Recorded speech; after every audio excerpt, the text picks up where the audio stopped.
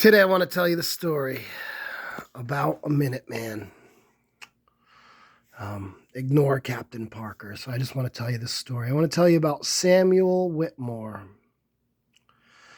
Okay, Samuel Whitmore was a veteran under the Crown. He had been involved with King Philip's War. He had been involved with a lot of the Crown campaigns.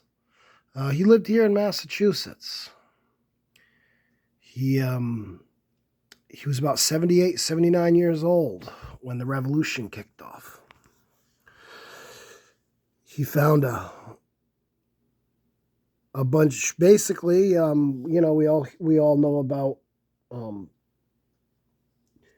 how they marched into Lexington and Concord and Paul Revere.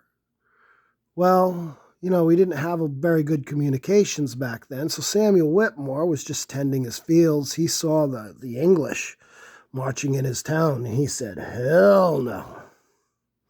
So homeboy goes into his house. He grabs his dueling pistols. He grabs his sword, and he grabs his musket. And he meets the British head on. He waits for them to come up to him. He hides behind a stone wall. He unloads both his pistols, his musket. I believe he killed an officer and three enlisted men. And when he was out of ammo, he unscabbarded his sword and he ran into the fray. He was stabbed over 18 times. He was shot in the head. The English carried off their dead and patched up their wounded, and they moved on. They left this man for dead because they had stabbed him so much with their bayonets. The next morning, the Continental Army found Samuel Whitmore, and he was quite alive. He was found by the Continental Army still trying to reload. He lived another 18 years. He got to see this country be free. He was left for dead. The moral of this story is never give up.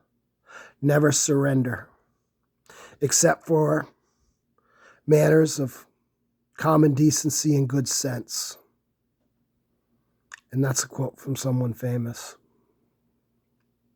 So when you see the Minuteman on the National Guard trucks and whatnot, you remember Samuel Whitmore.